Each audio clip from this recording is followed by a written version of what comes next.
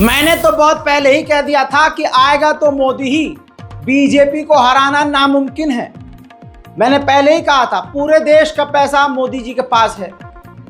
देश के बड़े बड़े उद्योगपति काले धन वाले मोदी जी के पास हैं। देश के सबसे बड़े बड़े झूठ और झूठे वादे मोदी जी के पास हैं। धार्मिक भावनाओं को भड़काने वाला तंत्र मोदी जी के पास है। और तमाम चीजों को छोड़िए, ईवीएम मोदी जी के पास है।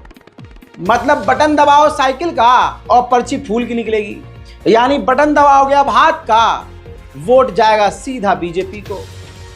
इस ईवीएम की वजह से ही प्रधानमंत्री आज प्रधानमंत्री है। लखीमपुर खीरी का एक ताजा तरीन वीडियो सामने आया है, बिल्कुल ताजा वीडियो। पता चला है कि मोदी जी जीतेंगे, और कैसे जीतेंगे क्लियर हो गया है। महिला बता रही है कि मैंने वोट डाला साइकिल को, बटन दबाया साइकिल का और पर्ची निकली फूल की। सुनिए। हमारे जहाँ है किस गांव की? सिंगनिया की। सिंघनिया की। क्या हो गया आपके साथ? मैंने वोट डालने गई उसमें सर, मैंने वोट डाला, मुझसे घर में बताया गया था जो साइकिल पे देना उसमें साइकिल भी छपके आएगी, उस पर फूल छपके आया सर। मैंने कहा देखिए सर वो फूल छपकर आपकी वोट पल गई, जाइए बाहर बात कीजिए जाके। आपने साइकिल पे डाला? जी सर। और फूल निकला? फूल निकला उस पे। तो अब आप क्या चाहती हो? हम चाहते हैं कि साइकिल को हमने वोट दी है, साइकिल भी छपके आए, इस पे फूल मत छपे। कोई गड़बड़ी की आशंका है? जी गड़बड़ी की संख्या तो है ही है।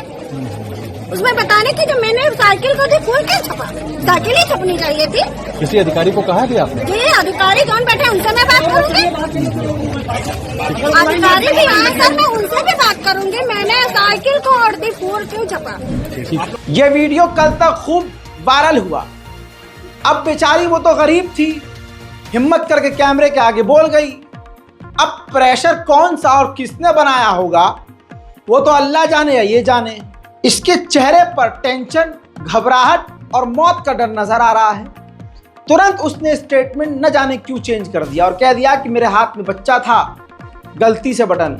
वोट डालते में गलती से कैसे?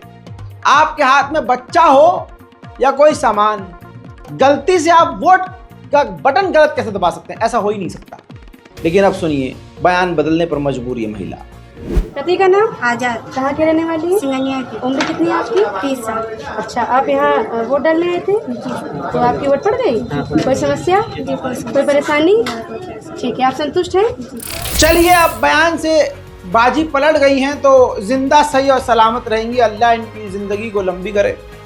लखीमपुर खीरी से एक और व्यक्ति सच बता रहा है। प्रशांत कुमार यहाँ जो पीठासीन अधिकारी हैं, जो मोहल्ले में वोट डालने आते हैं, मशीन नहीं दाबते, कह देते जाओ वोट पड़ गया। और जब हम डालने गए, हमने साइकिल पर बटन दबाई, कमल का फूल का निशान निकल रहा है। हमारे पीछे 3-4 लोग वो भी डाले, वो भी बटन दाब रहे हैं, वोट नहीं पड़ रहा है। ये धांधली करवा रहे हैं प्रशांत पीठासीन अधिकारी गोला। मैं गोला से बोल रहा हूँ, हसरजा बरकाती, मुन्नूगंज मेरा वोट नंबर है, 575 नंबर मेरा वोट है।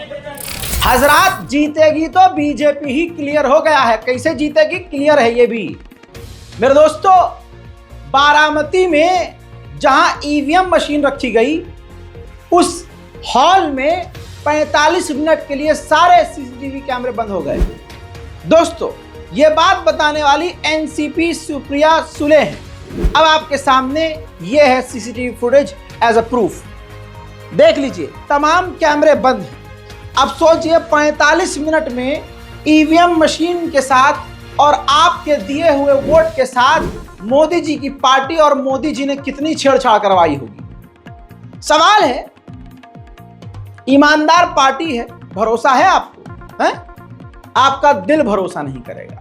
ये तमाम चीजें बीजेपी की बौखलाहट है, क्योंकि पता है कि वो सीधी तरह से ईमानदारी से जीत नहीं सकते। कन्नौज से बीजेपी विधायक कैलाश राजपूत भाई बूथ पर, पोलिंग बूथ पर जाते हैं और न जाने पुलिस वालों से क्या कहते हैं कि पुलिस वाले को धमकाना इनको पड़ जाता है। ऐसा क्या काम पुलिस वालों से वो करवाना चाहते हैं कि आखिर पुलिस को ही ये धमकाने लगते हैं। भाजपा है भाई, बीजेपी से जुड़ा हुआ शख्स तो किसी को भी कभी भी खत्म कर सकता है। एजेंट है कि नहीं है? आप बैठो ना शांति से, यहाँ पे देखो कोई चौधरी इधर हो सुन बीच में नहीं होगी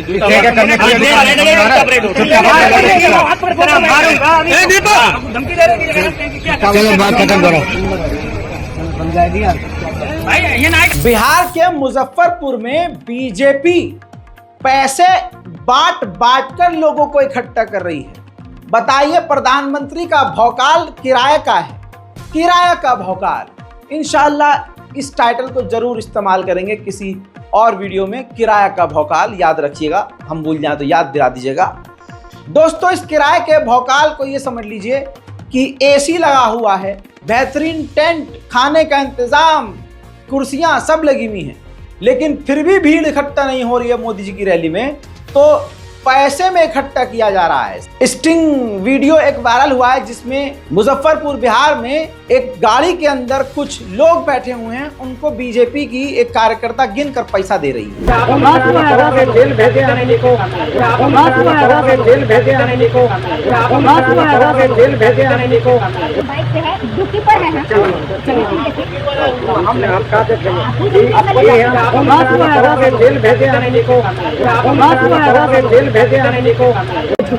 क्या आदमी है आप?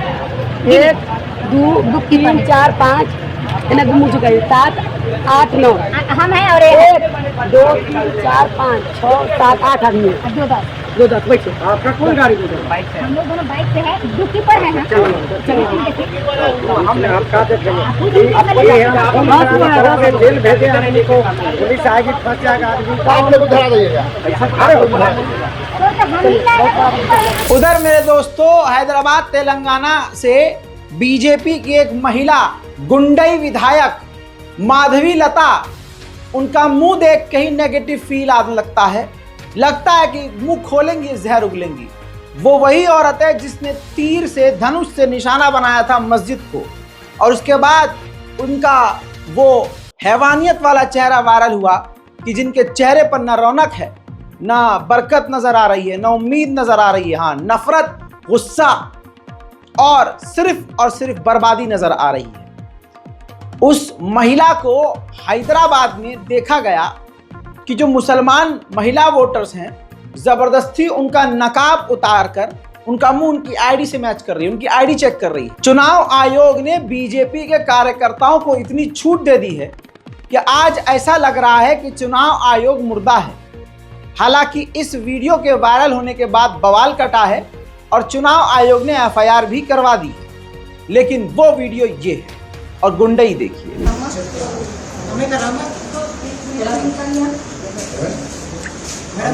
ये तो 38 है, आप 38 कितना है? उठाइए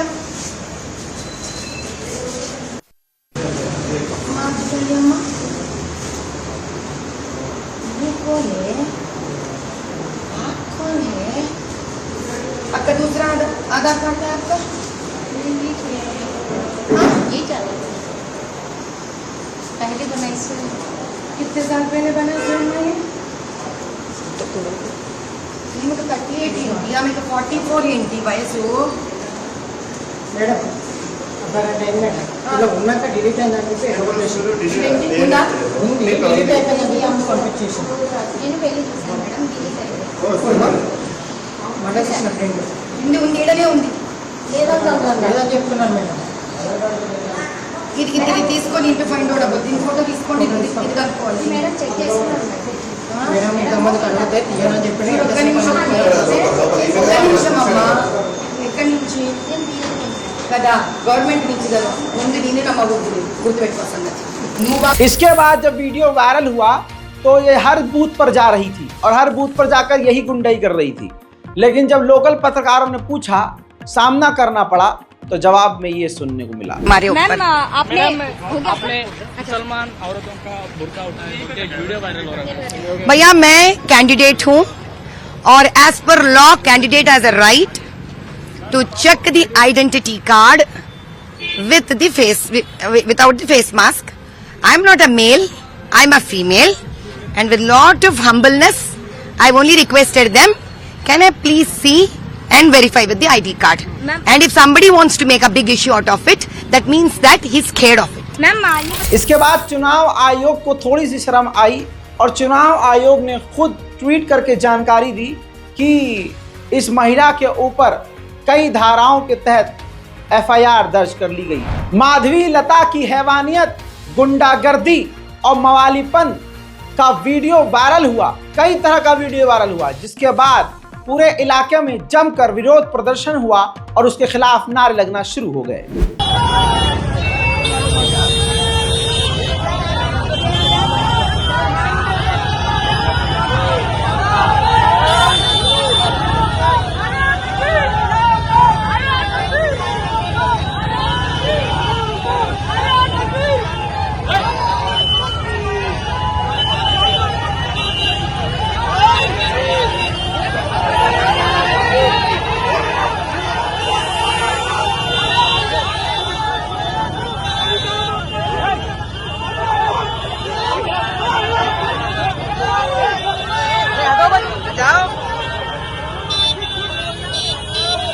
मेरे दोस्तों, माधवी लता का कई वीडियो वायरल हुआ, जिसमें एक और वीडियो वायरल हुआ पोलिंग बूथ पर ये पोलिंग अधिकारी को, चुनाव आयोग अधिकारी को धमकाती हुई नजर आ रही है। एपिक नंबर ఉంది ऑनलाइन में एपिक नंबर है तो argue on this to me and if she is not seeing the face identity I am going to launch the serious complaint, written complaint on face identification is compulsory. అర్థమైందా?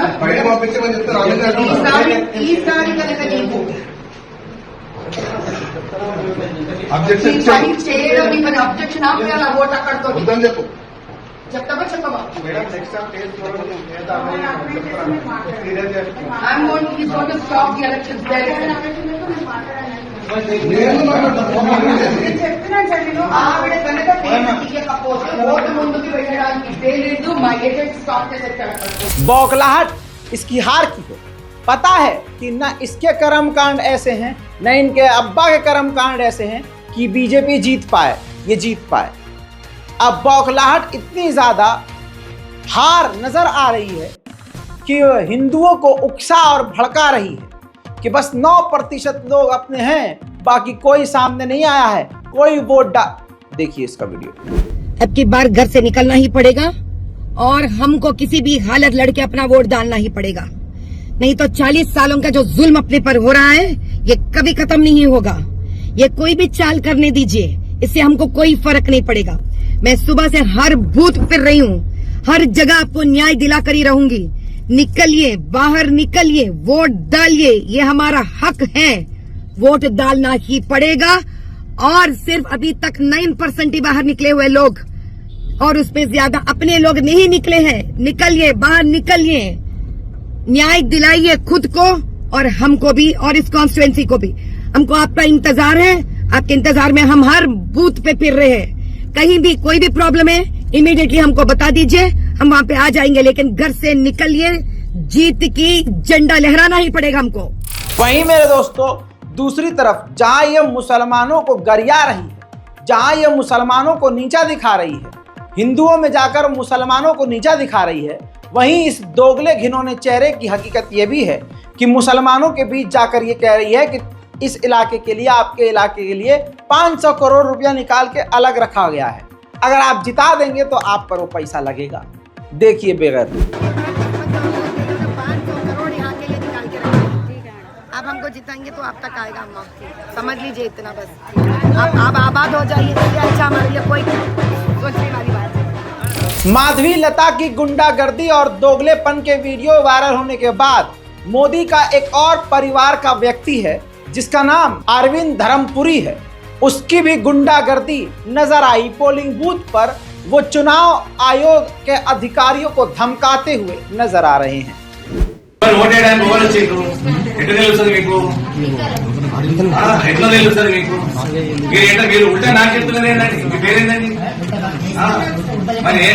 Duty చేస్తున్నారా, time pass చేస్తున్నారా? మరి అనగానే మీరు presiding officer, వాళ్ళు problem చేసుకుని vote చేస్తారా?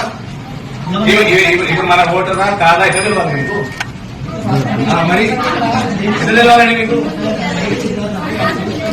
मुझे पर्सनली मोदी जी इसलिए पसंद हैं क्योंकि वो सीरियस चेहरे से बहुत बढ़िया कॉमेडी कर देते हैं। आइए मोदी जी का एक जोक सुनाते हैं। मैं जब तक जिंदा हूँ मैं धर्म के आधार पर इस देश को बांटने नहीं दूंगा। मैं नहीं मानता। इसके बाद प्रधानमंत्री पटना के एक गुरुद्वारे में सरदार बन गए। सरदार देखिए।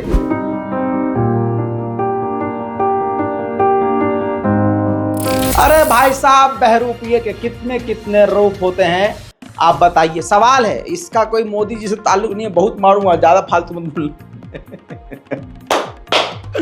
उधर मेरे दोस्तों, प्रधानमंत्री मोदी जी पूछ रहे हैं जनता से कि डरपोक कांग्रेस का डरपोक प्रधानमंत्री क्या देश चला सकता है? देश कांग्रेस वाली कमजोर, डरपोक और अस्थिर सरकार बिल्कुल नहीं चाहता। आप अपने मोहल्ले में भी ढीला ढाला पुलिस वाला पसंद करते हैं क्या? ढीला ढाला टीचर पसंद करते हैं क्या? टीचर भी मजबूत चाहिए कि नहीं चाहिए? जरा जवाब दीजिए ना। टीचर भी तो मजबूत चाहिए ना। मोहल्ले में पुलिस वाला भी मजबूत चाहिए ना। तो फिर देश को प्रधानमंत्री मजबूत होना चाहिए कि नहीं होना चाहिए? डरपोक प्रधानमंत्री देश चला सकता है क्या? आप कल्पना कर सकते हैं, ये लोग इतने डरे हुए हैं, इतने डरे हुए हैं, इनको रात में सपने में भी पाकिस्तान का परमाणु बम दिखाई देता है। अब ऐसी पार्टियां, ऐसे नेता जिनको रात में भी हाँ, वो डरपोक थे। कांग्रेस के प्रधानमंत्री डरपोक थे। बीजेपी के प्रधानमंत्री मोदी जी इतना चौड़ा छाती लेके घूम रहे हैं कि चाइना ने हमारी तमाम जमीनों को आजाद कर दिया। चाइना की एकदम लंका लगी पड़ी है और पाकिस्तान ने पीओके आजाद कर दिया है। हमारे लेह लद्दाख में चीन के सैनिक घुसे ही नहीं थे। उस टाइम भी मोदी जी ने कह दिया ना कोई खुदा ना कोई खुदा है, ना हमारी पहुंच किसी कब्जे में है। तो भाई साहब, कश्मीर में कोई आतंकी हमला नहीं हुआ है।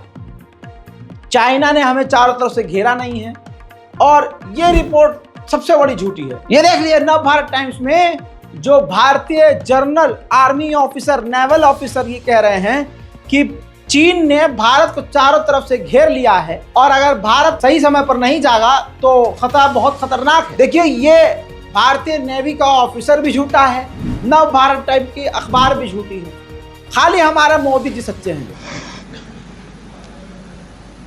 मोदी जी के तमाम नफरतिया बयान पर एक अकेले राहुल गांधी का बयान भारी पड़ जाता है। पहले मोदी जी 400 सीट की बात करते थे, 400 पार, अब 150 भी नहीं बोल रहे।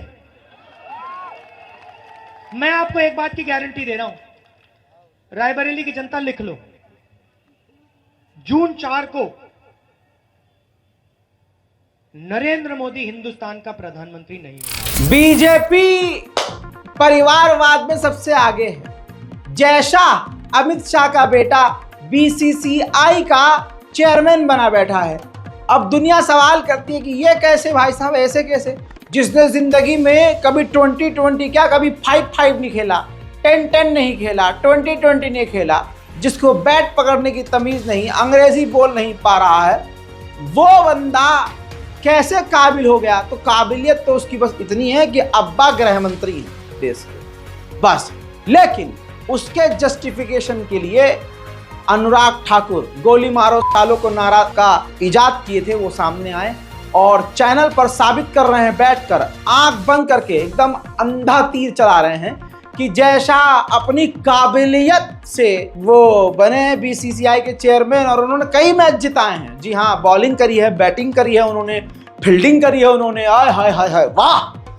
कोई झूठ बोलना इनसे सीखे भाई, खुला झूठ। ओके, जय शाह युवा जिन्होंने क्रिकेट में बहुत योगदान दिया, बहुत छोटी उम्र में दिया, और जो उन पर आरोप लगते हैं उनको आप कैसे डिफेंड क्या आरोप है? परिवारवादी हैं, अमित शाह के बेटे हैं, क्रिकेट का कुछ नहीं पता उनको, ये कौन सा गुनाह है? और उनको बीसीसीआई में सेक्रेटरी बना दिया। ये क्या गुनाह है? किसी का बेटा होना कोई गुनाह नहीं, वो अपनी काबिलियत पे वहां पर है, और काबिलियत के दम पे आईसीसी से भारत को ज्यादा पैसा दिलाया है, भारत को वर्ल्ड कप दिलाए हैं, अच्छी बात है, कैसा काम उनका योगदान है। आपने ऑब्जर्व किया होगा, अच्छा काम कर। जय शाह बहुत भले आदमी हैं, बहुत अच्छे, सबसे मिलनसार हैं, सबकी साथ में लेके चलने वाले टीम वाले हैं। तो जो ट्रोलिंग होती है उससे उन्हें फर्क नहीं पड़ता? क्या फर्क पड़ता है? उनको भी कोई फर्क नहीं पड़ता होगा। कुछ लोग एजेंडा के तहत करते होंगे, इससे उनके काम को क्या फर्क पड़ता? तमाम दुनिया जानती है कि दिल्ली दंगे जब हुए थे तो कपिल मिश्रा के बयान की वजह से हुए थे। कपिल मिश्रा ने हिंदुओं को इतना भड़काया और दिल्ली के सेंसिटिव इलाके में पुलिस अधिकारियों के सामने खूब उल्टा सीधा बयानबाजी किया और कई तरह के उनके झूठ भी पकड़े गए। दिल्ली दंगों में मेन किरदार इस कपिल मिश्रा का ही था। एक बार फिर से 11 तारीख को दिल्ली के कालका जी इलाके में मुसलमानों का नाम लेकर धार्मिक भावनाओं को भड़का रहा है, हिंदुओं को भड़का रहा है, मुसलमानों के खिलाफ आपत्तिजनक बयान दे रहा है। चुनाव आयोग खामोश, दिल्ली पुलिस खामोश, प्रशासन खामोश, मुसलमान खामोश। देखिए, एक गली में 2 घर हैं, एक आदमी के 2 बच्चे, एक आदमी के 12 बच्चे। अल्लाह की देन।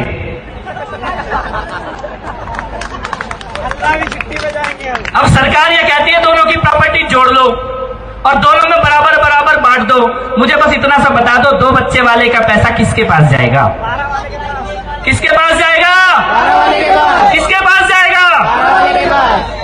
ये अमानतुल्लाह इधर है, ये अमानतुल्लाह खान 10,000 रुपए रोहिंग्या को दे रहा है कि नहीं दे रहा? दे रहा है कि नहीं दे रहा? वीडियो देखा आपने? रोहिंग्या को दे रहा है। अब रोहिंग्या क्या है? रोहिंग्या की किसी भी महिला का फोटो देख लेना, 4 बच्चे बगल में, 5वां गोद में और 6ठा है कि नहीं है? ये रोहिंग्या को, बांग्लादेशियों को, स्कूल जाने वाले का पैसा लेके मदरसे जाने वाले को बांटने का षड्यंत्र रच रहे। होने देंगे क्या? होने देंगे क्या? और दूसरा षड्यंत्र दलित का, आदिवासी का और ओबीसी का आरक्षण छीनकर मुसलमानों को देना। होने देंगे क्या? होना चाहिए क्या? और ये खाली कहने की बात नहीं है। कर्नाटक में इनकी सरकार आई, इन्होंने कर दिया। बंगाल में ममता ने कर दिया। बंगाल। अब बताइए, अब मुसलमान चुप है तो ये सब सुनना पड़ रहा है।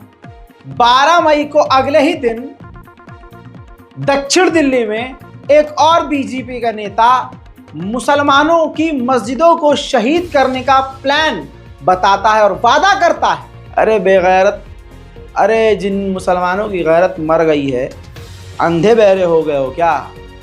क्या क्या बोला जा रहा है?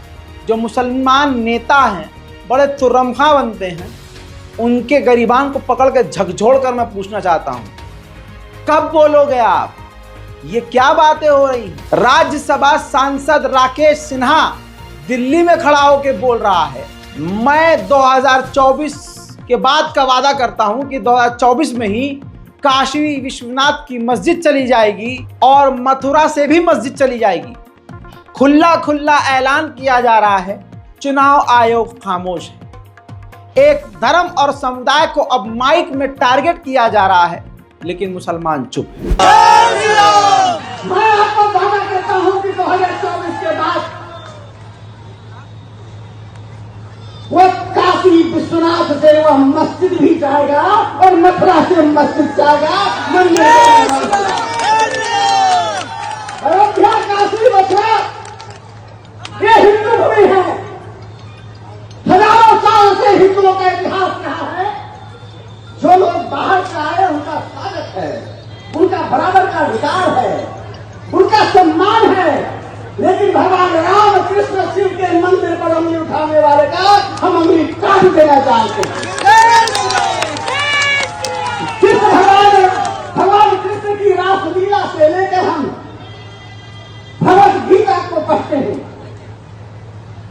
जिस भगवत गीता को आइंस्टाइन पढ़ा था, जिस भगवत गीता को दुनिया के लोग पढ़ते हैं, उस कृष्ण के मंदिर के ऊपर वह छाया हो, वह मुगलों की छाया हो, नरेंद्र मोदी की सरकार 2024 में वापस आकर उस साया को समाप्त। मुजफ्फरनगर की वो हिंदू थप्पड़बाज प्रिंसिपल याद होगी जिसने मुस्लिम छात्र को थप्पड़ ही थप्पड़ बजाए थे। सुप्रीम कोर्ट ने उसके मुंह पर अब थप्पड़ जड़ दिया है और कह दिया है कि उस बच्चे को स्कूल गोद ले और स्कूल उसकी तमाम पढ़ाई का। बड़ी चालाकी से विपक्ष को खत्म किया गया, बड़ी चालाकी से बड़े बड़े नेताओं को जेल में डाला गया, बड़ी चालाकी से लोगों को खरीदा गया, वोट खरीदा गया और लोगों को डराया गया। नामांकन भरने के लिए जो गया दबाव बनाकर नामांकन वापस करवा दिया। श्याम रंगीला जब नामांकन भरने गए तो क्या हुआ उनके साथ, सुन लीजिए। आपका नामांकन नहीं हुआ? हमारा क्या, किसी का ही नहीं हुआ, नामांकन ले ही नहीं रहे हैं, किसी का नामांकन नहीं ले रहे हैं। गेट बंद कर दिया, 3 बजे गेट बंद कर दिया गया, उससे पहले किसी को अंदर घुसाया नहीं गया, बस इतना ही हुआ है। बहुत ही परेशानियों के बाद भी बहुत मतलब बाहर मैं तो फिर भी कम परेशानियों में हूँ। मैं तो 12:30 बजे 1 बजे गया था वहाँ पे, मैंने तो उनको रोते हुए देखा। जो सुबह 8 बजे वहाँ पे लाइन में लगे थे उनको रोते हुए देखा हमने। जो निर्वाचन अधिकारी है उनसे भी सवाल आप पूछ रहे हैं कि जो है 4 दिन में जो किसी भी प्रत्याशी को जो फार्म नहीं मिल रहा, किसी प्रत्याशी को नामांकन भी नहीं हो पा रहा है। अधिकारियों से कि हमें अधिकारी स्माइल कर रहे हैं सर, अधिकारी कह रहे हैं आप समझिए बात को। किसी निर्वाचन अधिकारी से हम समझ रहे हैं, अधिकारियों ने कह दिया, अधिकारी से भी आप लोगों ने पूछा क्या था? लोकतंत्र का गला घुटते मैंने देखा है। हत्या भी नहीं हुई है, मैं कह रहा हूँ हत्या तब होती है जब बिल्कुल खत्म हो जाता है। अभी गला घुट रहा है, गला घुटते मैंने देखा हुआ। ये जो ट्वीट किया था उसको आप सच सामने मान रहे हैं? मेरे ट्वीट को झूठा ही नहीं, मैं झूठ क्यों बोलूंगा। ट्वीट में मैंने लिखा था, पहले ये प्रस्तावक मांग रहे थे, मैंने ये बोला था। अभी प्रस्तावक हमारे पास थे, हम लेके गए थे, हमने बोला 13 मई को ले जाएंगे, सोमवार को हम लेके गए, फिर भी नहीं है, फिर भी कोई वहाँ पे नहीं है, किसी एक व्यक्ति को अंदर नहीं घुसा। अच्छा, एक और सवाल है मेरा कि अगर आप बहुत शुभकामनाएं, अगर आप यहाँ से जीत जाते हैं तो किस क्षेत्र में आप बिगाड़? मैं कह रहा हूँ हमारी जीत यहाँ पे ये है कि हमारा नामांकन वहाँ पे दाखिल हो जाए। हमारी जीत है ये, हमारी जीत है। हमें वोट ना, हमें वोट चाहिए, हमें मोदी जी के वोट हमें चाहिए ही नहीं। जो मोदी के भक्त हैं मोदी की तरफ खड़े रहे, हमारे जो होंगे समर्थक वो हमारी तरफ खड़े रहेंगे। लेकिन देश का लोकतंत्र ये है कि वोटिंग मशीन पे नाम होना चाहिए, यहाँ पे नाम ही नहीं हो सकता। यहाँ पे नाम होने की जो प्रक्रिया है वो खत्म की जा रही है। अब क्या मोदी की बात करेंगे? मोदी के समर्थक क्या मोदी के भक्त हैं, निर्विरोध बनाएंगे मोदी जी को। यहाँ से मैं कह के जा रहा हूँ। उधर यूपी के रायबरेली में अमित शाह की रैली को कवर करने गए एक पत्रकार जो पॉलिटिक्स के हैं, हिंदू हैं, राघव त्रिवेदी हैं, वो वहां पर कवरेज कर रहे थे और उनको पता ये चला कि 100 रुपये में लोगों को बुलाया गया है।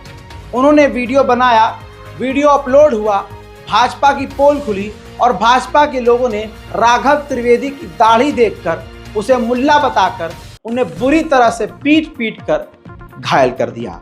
तस्वीर वो मैं नहीं दिखा सकता हूं कि जब वो अस्पताल में तड़प रहे थे, लेकिन बड़ी गंभीर हालत में वो अस्पताल पहुंचे थे। अमित शाह जी और मोदी जी के अंधभक्त अब पत्रकारों को सड़क पर मॉब लिंचिंग करके कत्ल करने पर उतर आए हैं।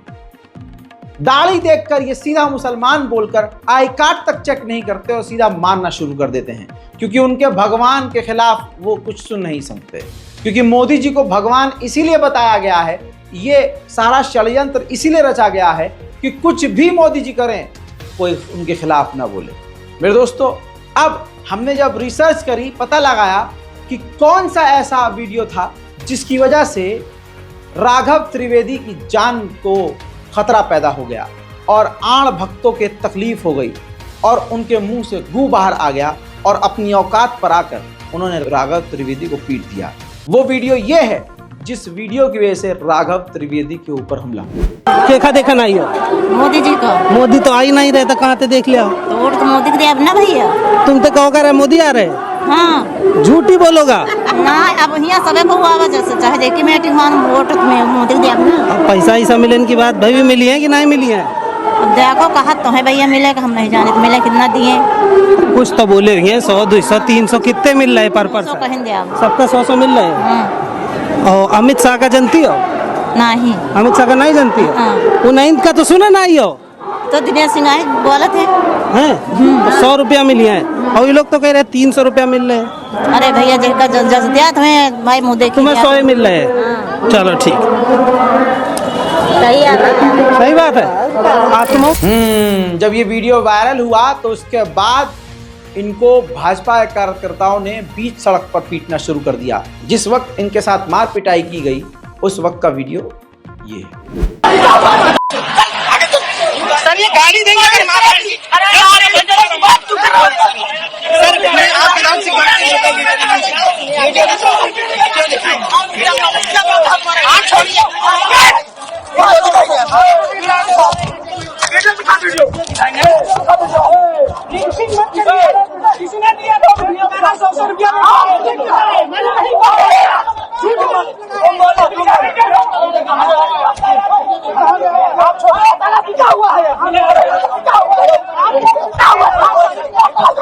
देश के हालात सही नहीं हैं।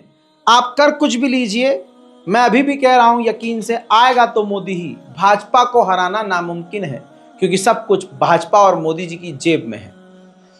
बस दुआ कीजिए कि अब गैब से मदद आए क्योंकि जुल्म हद से ज़्यादा बढ़ चुका है। हम पर भी पूरी तरह से भाजपा की गवर्नमेंट की नज़रें हैं। कई वीडियोस को गिरा दिया गया है, डिलीट करवा दिया गया है, धमकियां डायरेक्ट मिलती हैं। आपको लगता है कि आसान काम है मेरा? छपरी बनकर व्लॉग बनाना, इधर उधर पूरे देश अलग अलग जगह घूम घूम कर वीडियो बनाना बहुत आसान है, बहुत आसान है। 4 लड़कियां यहाँ बिठा के मैं भी बहुत अच्छी कॉमेडी करके आपका मनोरंजन कर सकता हूँ। मैं भी अपने घर का व्लॉग बनाकर, बाहर का दोस्तों का व्लॉग बनाकर अच्छा पैसा कमा सकता हूँ, बल्कि उसमें ज़्यादा पैसा है। तभी तो जो कल तक जो पत्रकारिता कर रहे थे आज वो व्लॉगर बन गए हैं, विदेश घूम घूम कर वीडियो अपलोड कर रहे हैं, खाली व्लॉगिंग कर रहे हैं, अंधा पैसा कमा रहे हैं और आप लोग उनको प्यार भी दे रहे हैं। तो फिर मैं ये काम क्यों करूं? मैं काम इसलिए कर रहा हूं क्योंकि मुझ में दम है। मैं ये काम इसलिए कर रहा हूं क्योंकि अल्लाह ने मुझे इस काम के लिए चुना है। मैं ये काम इसलिए कर रहा हूं क्योंकि मुझे छपरीपन पसंद नहीं है। मैं ये काम इसलिए कर रहा हूं कि जब मैं मरूंगा तो अपने साथ बहुत सारी दुआएं लेकर जाऊंगा। कब्र में मेरे साथ बहुत सारी चीज़ें होंगी, शायद उन्हीं वजह से मेरे गुनाहों की मग़फ़िरत हो जाए। मैं कर रहा हूँ ये काम क्योंकि मुझे अपने मुल्क से मोहब्बत है, अपनी कौम से मोहब्बत है, अपने देश से मोहब्बत है, अपने लोगों से मोहब्बत है, अपने हिंदुस्तान से मोहब्बत है। मुझे पता है जिस तरह से सलमान अजहरी को आप चंद रोज़ में भूल गए, मेरी गिरफ्तारी के बाद, मेरे जेल के अंदर जाने के बाद आप शायद ही कभी याद रखेंगे। लेकिन आपसे कोई उम्मीद नहीं है सिवाय दुआ के। बस मेरे लिए आप दुआ कीजिए और दुआओं में मुझे याद रखिए। कभी भी कुछ भी हो सकता है। सरकार के लोग धमकियाँ देते, गिरफ्तारी की हमेशा टेंशन होती, FIR चारों तरफ से आती, लेकिन मजाल है नेशनल प्राइम टाइम रुके। ये गैब से मदद है, ये ज़बान का ना लड़खड़ाना, इस सर का ना झुकना, ये मौजज़े से कम नहीं है कि आज मैं ज़िंदा हूँ। ज़िंदा मेरा रहना क्योंकि ध्रुव राठी भाई विदेश रहकर बोलता है, मैं हिंदुस्तान में गढ़ में रहकर बोलता हूँ। समझ रहे हैं? तो फ़र्क बहुत है, बहुत। तो बस दुआओं का तलबगार हूँ कि दुआ में याद रखिए। कभी मेरे साथ ऊंच नीच हो जाए तो अपने दिल में मेरी जगह बना कर रखिएगा। रोइएगा नहीं, दुआ में हमेशा याद रखिएगा। ज़बान पर नाम होना चाहिए रज़ा। जो होना था हो गया उस लड़के के साथ, लेकिन वो झुका नहीं। जय हिंद।